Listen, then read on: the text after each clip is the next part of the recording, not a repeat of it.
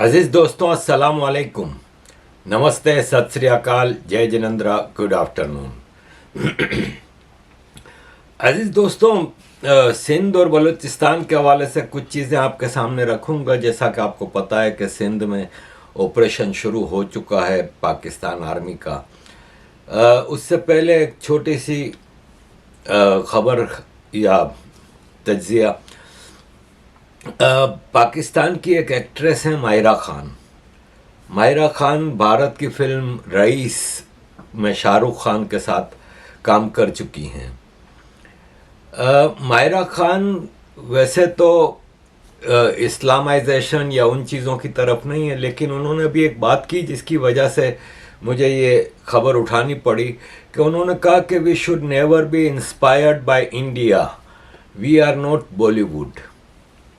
तो मैं आपको बता दूं कि पाकिस्तान बनने से लेकर आज तक पाकिस्तान इंडिया फोबिया में ही लगा हुआ है। और जहाँ तक बॉलीवुड की बात है तो बॉलीवुड को भी पाकिस्तान अपने इंस्पायरेशन के लिए या जो भी है, इसकी बड़ी मिसाल मैं यूँ दूंगा कि जब 70s के एंड में और 80s में जब अमिताभ बच्चन का पीक था और अमिताभ बच्चन एक सुपरस्टार एक्शन हीरो में और पूरे साउथ एशिया में मशहूर थे, तो उस वक्त पाकिस्तान में लोग अमिताभ बच्चन के स्टाइल को कॉपी करने लगे। तो कराची स्टील मिल में काम करने वाले एक आदमी इजहार काजी का कद ज़रा लंबा था, अमिताभ की तरह बॉडी भी, उसने हेयर स्टाइल भी अमिताभ के स्टाइल का रखा था। तो उसको फिल्मों में ऑफर हुई और वो धड़ाधड़ 10-12 फिल्में इसने 1-1.5 साल में कर ली और उसको पाकिस्तान का अमिताभ बच्चन कहते थे। अब जाहिर है थोड़ा कद काठ मिलने से हर आदमी अमिताभ बच्चन तो नहीं बन जाता ना। तो ये पाकिस्तान की माहिरा खान को मैं ये कहूँगा कि पाकिस्तान में फिल्म इंडस्ट्री शुरू से भारत फोबिया में रही है। हमारे एक स्टार थे मोहम्मद अली, जो कि इंडिया से माइग्रेट करके आए थे, उनको दिलीप कुमार कहा जाता था पाकिस्तान का। एक वहीद मुराद थे, उनको राजेश खन्ना कहा जाता था, चॉकलेट हीरो। तो ये शुरू से रहा है, पाकिस्तान एक एहसास कमतरी में रहा है। 60s-70s की हद तक कंपैरिजन हर चीज़ में करते थे, तो फिर समझ में आती थी कि उस वक्त भारत में एक ऐसी लीडरशिप थी जो भारत को बिल्कुल उभरने नहीं देती थी।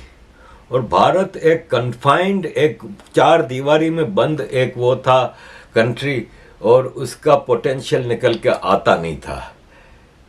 और 70s के बाद भी 80s और 90s में भी ज़्यादा कंपैरिजन इसलिए बराबर नहीं रहा कि भारत तो वहीं अपना कन्फाइन में था, लेकिन पाकिस्तान की पॉलिसीज़ में बड़ी तब्दीलियाँ आई।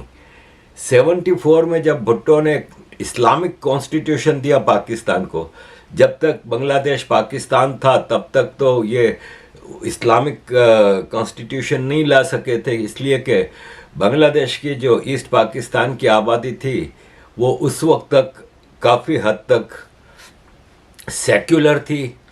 और सेक्युलर इन ए सेंस आप ये नहीं कहूँगा कि वो हिंदुओं के साथ अत्याचार नहीं करती थी ये वो, लेकिन उस वक्त तक ईस्ट पाकिस्तान के बंगाली इतने पाकिस्तान आर्मी के जुल्म के तले दबे हुए थे कि इनको हिंदुओं को मारने की सूझती ही नहीं थी, क्योंकि वो अपनी में ही फंसे हुए थे।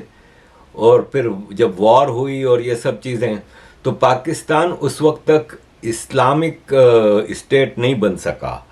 लेकिन बांग्लादेश बनने के बाद जब बाकी पाकिस्तान बचा, तो जुल्फ़िकार अली भुट्टो और आर्मी ने मिल के पाकिस्तान को एक इस्लामिक रिपब्लिक बनाया, और फिर ज़ाहिर पाकिस्तान एक बनाना रिपब्लिक बन गया और वेस्ट की लड़ाइयाँ लड़ने लगा अफ़गान वार के बाद और उस सब के बाद।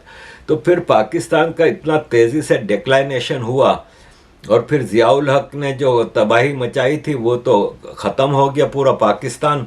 इसके बाद फिर जो सो कॉल्ड डेमोक्रेसी आई, उसने करप्शन के दरवाजे खोल दिए। बेनज़ीर नवाज शरीफ बारियां लगाते रहे, और 10 साल जो डेमोक्रेसी रही उसमें इतनी करप्शन हुई कि पाकिस्तान कर्ज़ों तले दबता गया, और पाकिस्तान में सिवाय करप्शन के कुछ नज़र नहीं आता था, और आर्मी भी इनको उस तरफ धकेल रही थी ताकि इनके लिए वापस टेक ओवर करने का चांस बन जाए। और फिर 9/11 मुशर्रफ आया और 9/11 हुआ, और इसके बाद पाकिस्तान ने फिर एक अमेरिका की लड़ाई लड़ी, ऑल दो के उसमें अमेरिका के साथ भी पाकिस्तान ने धोखा किया और टेररिस्टों को अपने मुल्क में छुपाता रहा और बेगुनाहों को पकड़ के अमेरिका के हवाले करता रहा, और नतीजा ये निकला कि पाकिस्तान और ज़्यादा तबाही में दबता गया, और आज पाकिस्तान आपके सामने है। हैविंग सेड दैट, चलते हैं बलूचिस्तान की तरफ। अजीज दोस्तों, बलूचिस्तान एक सोने से भरी ज़मीन है। सोने से मतलब उसकी ज़मीन के अंदर इतने ख़जाने छुपे हुए हैं, क्योंकि ये एक रेगिस्तानी इलाका है। जैसे अरब वर्ल्ड, सऊदी अरब, इराक, दुबई वगैरह में सहरा हैं, रेगिस्तान हैं, वहाँ ज़मीन के अंदर ख़जाने छुपे हुए हैं। ऐसे ही बलूचिस्तान का भी यही हाल है। इसके एक एक पहाड़ के नीचे इतना इतना ख़जाना है कि अब पाकिस्तान की आर्मी के जनरल ने, आसिम मुनीर ने बार बार ये कहा है कि हमारे पास 6 ट्रिलियन का ख़जाना छुपा हुआ है ज़मीन के अंदर। 6 ट्रिलियन डॉलर का ख़जाना क्या, इससे भी ज़्यादा हो सकता है, लेकिन वो पाकिस्तान में नहीं है, वो सिंध, बलूचिस्तान और KPK में है। आपके पंजाब में कुछ भी नहीं है। पंजाब में सिर्फ टेररिस्ट पैदा करने की फैक्ट्रियां लगी हैं, या आपने सिंध बलूचिस्तान का पैसा लूट के वहाँ पे डेवलपमेंट वर्क किया है। तो अजीज़ दोस्तों, बलूचिस्तान की लड़ाई एक काफ़ी फैसलाकुन मरहले में नज़र आती है। इसलिए ये नहीं कि ग्राउंड पे कोई बहुत बड़ी जंग हो रही है। जो जंग हो रही थी वही है। पाकिस्तान आर्मी के लोग कुत्ते की मौत मर रहे हैं वहाँ पे, और बेगुनाहों को मार भी रहे हैं। लेकिन बलूचिस्तान का जो स्टेटस है उसमें तब्दीली उस सूरत हाल से नज़र आई कि जब हमें पता चला कि पाकिस्तान के एम्बेसडर की डोनाल्ड लू से लगातार मुलाकातें हुई, इमरान खान के आखिरी पीरियड में भी, और जब इमरान खान को अमेरिका के कहने पे हटाया गया तो उसके बाद भी डोनाल्ड लू लगातार पाकिस्तान का एक अमेरिकन मिशन था उस पे लगे रहे। वो मिशन ये था कि चाइना को बलूचिस्तान से असर कम करना और अमेरिका की एंट्री डालना, जिसके लिए ये ग्वादर भी गए, और वहाँ पे उन्होंने सारी अमेरिकन एम्बेसडर इन पाकिस्तान, वो ग्वादर भी गए और ग्वादर में उन्होंने सारा दौरा किया और सारी चीज़ें की। और अंदर खाने ये भी पता चल रहा है कि अमेरिका बलूच लीडर से भी राब्ते में है। और जब एक नज़र आएगा ना, होता क्या है कि जब कोई कश्ती डूब रही होती है ना, तो उसमें से हर आदमी जो बाहर बैठ के देख रहा होता है वो कोशिश करता है कि उस कश्ती के डूबने में जो सामान उसके हाथ लगे वो ले ले। ऐसे में पाकिस्तान में बलूचिस्तान इस वक्त एक ऐसी सरजमीन है जहाँ पे एक्सप्लॉयटेशन के लिए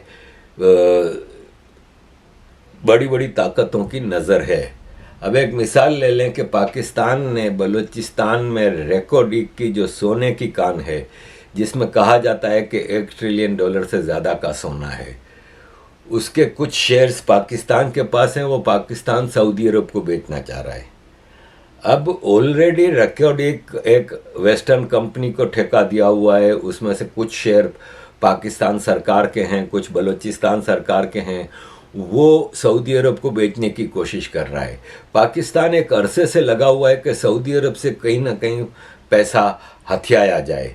एक अमीर रिश्तेदार होता है ना आपका, और आप गरीब होते हैं, तो आपकी कोशिश होती है कि किसी तरह आप उससे जितना ज़्यादा ले सकते हैं लें। सऊदी अरब ने अभी $2 बिलियन जून जुलाई में दिए थे IMF की बेल आउट पैकेज के लिए। इसके बाद पाकिस्तान ने लगातार कहना शुरू किया कि $25 बिलियन सऊदी अरब इन्वेस्ट करने वाला है वगैरह वगैरह। सऊदी अरब ने उसको इग्नोर किया। इसके बाद पाकिस्तान ने अभी कहा कि हमें $11 बिलियन चाइना और सऊदी अरब से मदद चाहिए। उस पर भी सऊदी अरब ने कोई रिएक्शन नहीं दिया। अब पाकिस्तान ने अब होता यह है कि ये चीज़ें खबरों में आती हैं। पाकिस्तान ने सऊदी अरब को कहा भी है कि नहीं, या पाकिस्तान इस तरह सऊदी अरब को अट्रैक्ट करना चाह रहा है, नोबडी नोज़। लेकिन पाकिस्तान जैसे बलूचिस्तान का रिकॉर्ड के शेयर्स देना चाह रहा है। ऐसे लगता है कि जब अमेरिका देख रहा है कि अब पाकिस्तान का बचना मुश्किल है, तो अमेरिका को तो इस इलाके में अपनी स्ट्रेटेजिक लोकेशन की वजह से पोजीशन को स्ट्रॉन्ग करना है। तो एक तरफ केपीके में तालिबान अमेरिका का अलायंस हमें नज़र आता है। अमेरिका खामोश बैठा है 2 साल से, जब से अमेरिका अफ़गानिस्तान से निकला है। वो अफ़गानिस्तान जहाँ 79 से लेकर 2021 तक अमेरिका लगातार जंग में लगा रहा, अपने फौजी अपना पैसा सब लगा के, वो अचानक 2 साल से खामोश क्यों बैठा है?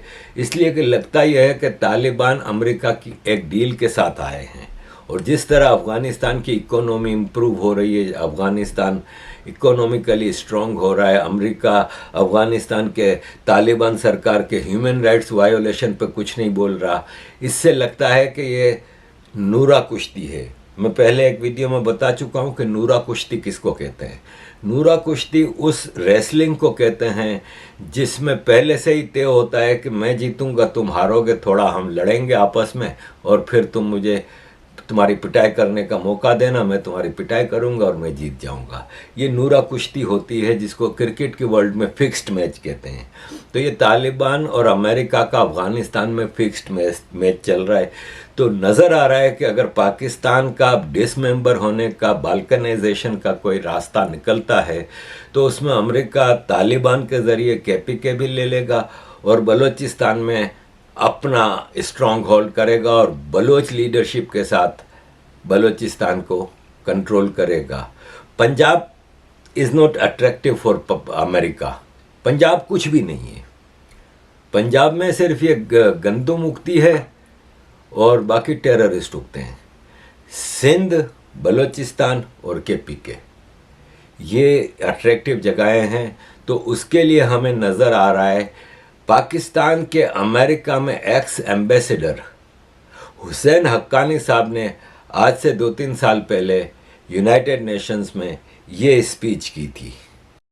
Increase in multidimensional poverty is lowest in Balochistan, where poverty levels have increased in several districts in Balochistan as well as Sindh during the past decade.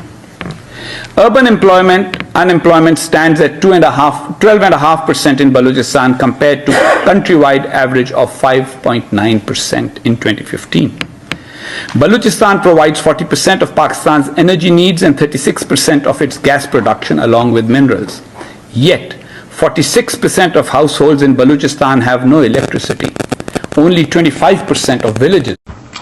On top of this, the Baloch are deprived of their political rights and are targeted with state violence and oppression. The latest US Department of State human rights reports for 2015 and 2016 speak of politically motivated killings of Baloch nationalists in Balochistan. The State Department report quoted the testimony before the Senate of Pakistan Standing Committee on Human Rights by Balochistan's Frontier Corps Deputy Inspector General for Investigations and Crime, who declared that 1,040 persons had been killed in Balochistan in 2015-2016. Although he insisted that there was, quote, no evidence of security agency involvement in the killings, most evidence pointed out otherwise. The South Asia Terrorism Portal recorded that journalists, teachers, students and human rights defenders were also targeted by state and non-state actors in Balochistan. तो अजीज दोस्तों, इस सारे सिनारियों में बलूचिस्तान का फैसला होता नज़र आ रहा है। बलूचिस्तान की जो जेन्युइन लीडरशिप है, ये जो इंडिया के कुछ लोग क्रिएट कर रहे हैं ना, लेकिन इंडिया में एक मसला है। नेताजी सुभाष चंद्र बोस जी का जो कद है ना, वो बहुत ऊंचा है और उनके जो भारत के लिए जो सेक्रीफाइस हैं और जो चीज़ें हैं, उसका कोई मुकाबला नहीं है। लेकिन इसका मतलब ये तो नहीं है ना कि अब उनकी औलादों की औलादें अब उसको कैश करा रहे हैं। जैसा कि अभी मैंने पढ़ा कि नेताजी के ग्रैंड नेफ्यू या ग्रैंड नेफ्यू हैं, इनके भाई के पोते या पड़पोते हैं, जिन्होंने अभी कल बयान दिया है कि मैंने 2016 में मोदी जी के कहने पे बीजेपी ज्वाइन की थी। मैं तो नेताजी की आइडियोलॉजी को इंडिया में प्रमोट करना चाहता था, और नेताजी तो एक सेक्युलर आइडियोलॉजी लाना चाहते थे, वो ऑल इंक्लूसिव और ये और वो। लेकिन मैं बीजेपी में आया तो, लेकिन ऐसा कुछ नज़र नहीं आ रहा, इसलिए अब मैं बीजेपी छोड़ रहा हूँ। तो वो नेताजी की पर्सनालिटी को, नेताजी की पॉलिटिक्स को कैश करा रहे हैं। तो दैट इज़, मैं समझता हूँ कि डायनास्टिक इंडिया का दौर गुजर चुका है। तो इसी तरह कुछ लोग हैं जो नेताजी के नाम पे कि मैं नेताजी का फलां रिश्तेदार हूँ और फलां हूँ और ये। तो बलूचिस्तान में भी जो एक artificial prime minister in exile create किया गया है, वो बलूचिस्तान की लीडरशिप नहीं है। बलूचिस्तान की लीडरशिप जो जेन्युइन है वो इस वक्त खामोश बैठी है। और खामोश बैठने का मतलब ये नहीं कि कुछ नहीं कर रहे, इसका मतलब कहीं पीछे कहीं देग पक रही है और उस देग का पकने का इंतज़ार करें। अजीज़ दोस्तों, सिंध में ऑपरेशन शुरू हुआ है, कराची और सिंध में। रेंजर्स और आर्मी मिल के, हालांकि रेंजर्स भी आर्मी का ही यूनिट है, लेकिन एक तो रेंजर्स बटालियन होती है ना, तो एक बटालियन रेंजर्स है, मेहरान रेंजर्स इसको कहते हैं, सिंध रेंजर्स कहते हैं। इसके अलावा आर्मी के रेगुलर यूनिट्स भी लाए गए हैं, और ये मिल के इस वक्त सिंध और कराची में ऑपरेशन कर रहे हैं। कराची बीइंग कैपिटल, तो इसका कराची का अलग से नाम लेने का मतलब ये है कि कराची में इकोनॉमिक ऑपरेशन हो रहा है। बड़े बड़े कार शोरूम पे, मनी चेंजर पे बिजनेसमैनों को हायरेस किया जा रहा है और वहाँ पे अटैक किया जा रहा है। लेकिन सिंध में बाकायदा वो कह रहे हैं कि रॉ एजेंट और टेररिस्ट और ये और वो। अब यहाँ पे सवाल ये पैदा होता है कि मुझे तो याद नहीं पड़ता कि आज तक जितने भी हज़ारों पाकिस्तान में सुसाइड बॉम्बिंग हुई हैं, उसमें कोई सिंधी ने सुसाइड बॉम्बिंग की हो। आज तक किसी भी टेररिस्ट एक्ट में, जो अकॉर्डिंग टू पाकिस्तान लैंग्वेज जो टेररिस्ट के अटैक होते हैं, उसमें कभी सिंधी तो इन्वॉल्व नहीं हुआ। तो आप सिंध में क्या करने जा रहे हो? और फिर पीपल्स पार्टी क्यों खामोश बैठी है? वो सिंध की ठेकेदार बनती है तो वो क्यों खामोश बैठी है?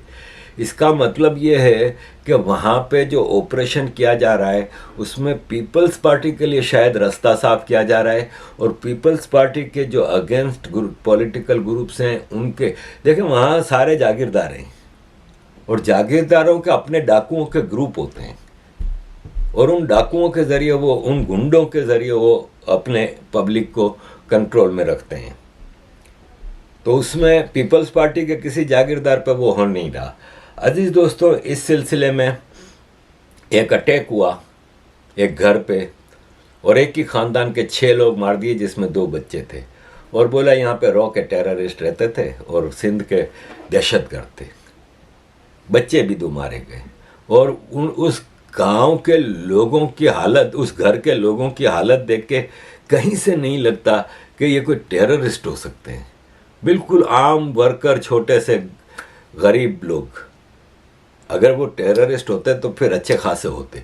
लेकिन बहरहाल उस सिलसिले में वर्ल्ड सिंध कांग्रेस ने संडे को लंदन में प्रोटेस्ट भी किया था, और ये जो सिंध में ऑपरेशन हो रहा है ये total politically and economically motivated है। पाकिस्तान की दहशतगर्द आर्मी बलूचिस्तान और केपीके में जिस तरह लगातार एक जेनोसाइड कर रही है, और सिंध में अभी वो जेनोसाइड रुका हुआ था, वो अब शुरू हुआ है, और उसके नतायज बहुत भयानक निकलेंगे। अजीज़ दोस्तों, अभी यूनाइटेड नेशंस में ये जो सेशन चल रहा है जिसका आखिरी हफ्ता है, उसमें एक और सिंधी दोस्त हैं मुनव्वर लगारी साहब, वो वॉशिंगटन में रहते हैं, वो भी जिनीवा आए थे और वहाँ पे कैंप भी लगाया था सिंध में होने वाले जेनोसाइड के हवाले से, और उन्होंने वहाँ पे ये स्पीच भी की है। President, today we would like to bring your attention to atrocities of Pakistani state agents against the people of Sindh. On September the 28th, in the village of Madi Jalbani in Sindh, Pakistan, a notorious agency of Pakistan, ISI, Rangers and police together opened fire on poor and peaceful Sindhis. They killed 5 men and many injured. only the reason behind this killing was that the murdered prison family held a press conference few days back regarding the Pakistani agencies of harassment. The only sin was that they were Sindhi nationalists. We Sindhis wanted freedom of Sindh from Pakistan through peaceful means of referendum. Mr. President, Pakistani agencies also commit atrocities against Sindhi people through info disappearances. Thousands of Sindhi activists have gone missing since last decade. Pakistan's failure to protect its citizens and safeguard the rights of various communities, corruption, economic decline, and military intervention persist, and human rights violations pushing Pakistan towards an uncertain future. Pakistan now stands a failed state. Our last recourse rests the United Nations and the United Nations Human Rights Council. We propose an alternate path, a referendum for the independence of Sindh, our beloved motherland, Thank you known very as much Sindhu Desh. for- Thank you, Mr. President. अजीज दोस्तों, सिंध में operation का एक और जो कराची में ख़ास तौर पे बड़ा रीज़न है, वो अफ़गानियों को हैरेस किया जा रहा है। पाकिस्तान ने कहा है कि हम 11 लाख अफ़गानियों को मुल्क से निकाल देंगे और उनको 1 नवंबर तक की तारीख दी गई है कि वो 1 नवंबर तक पाकिस्तान छोड़ दें। मैं ये समझता हूँ कि अगर यही ऐलान भारत करता रोहिंग्या के लिए, तो इस वक्त पूरी दुनिया का press, think tank, ecosystem Bharat को फैशिस्ट और पता नहीं क्या क्या बोलता रहता, लेकिन यहाँ पे कोई आवाज़ नहीं उठा रहा। मैं समझता हूँ कि इस तरह किसी को बेघर करने का किसी को इख्तियार नहीं है। आपको अच्छी तरह पता है कि पाकिस्तान में जो अफ़गानी रहते हैं या दुनिया भर में जो अफ़गानी रहते हैं, वो तालिबान के सपोर्टर नहीं हैं। ये लिबरल किस्म के लोग हैं। इनमें से आप मुझे बता दें कि ये कितने होते हैं जो इस्लामिक एक्सट्रीमिज़म का जो तालिबान की शरिया है उसको फॉलो करते हैं। लेकिन ये पाकिस्तान एक चीज़ कर रहा है, लेकिन इसका नतीजा पाकिस्तान को बहुत भयानक मिलेगा, क्योंकि पेशावर, खैबर पख्तूनख्वा वगैरह के दूसरे शहरों में सड़कों पे लोग अब आज़ादी की डिमांड कर रहे हैं और वो कह रहे हैं कि हम पाकिस्तान की फैशिस्ट गवर्नमेंट से आज़ादी लेना चाह रहे हैं। पाकिस्तान बलूचिस्तान से पहले शायद केपीके को खो दे, क्योंकि केपीके में बहुत गुस्सा है, आर्मी के ख़िलाफ़ नफ़रत हद से ज़्यादा है, क्योंकि पाकिस्तान की पंजाबी आर्मी ने पठानों को टेररिस्ट लेबल किया हुआ है दुनिया भर में, और विक्टिम ऑफ टेररिज्म भी पठान है। मर भी पठान रहा है, मार भी पठान रहा है। ये एक ऐसी पॉलिसी 20-30 साल तक, 40 साल तक चलती रही कि अब पठान जाग रहा है और वो कह रहा है कि यार हम ही मर रहे हैं, हम ही मार रहे हैं, और उसकी साजिश उनको समझ में आ गई है। Pashtun political leadership, PTM, ANP, PTI, ये सब एंटी पाकिस्तान पंजाबी आर्मी हैं। तो इसलिए अब केपीके में पाकिस्तान के इस एंटी अफ़गान ऑपरेशन और फिर केपीके और कराची से इस तरह से और ज़्यादा पाकिस्तान मुश्किल में फंस रहा है। अजीज़ दोस्तों, thank you very much for all your support. Kindly keep supporting.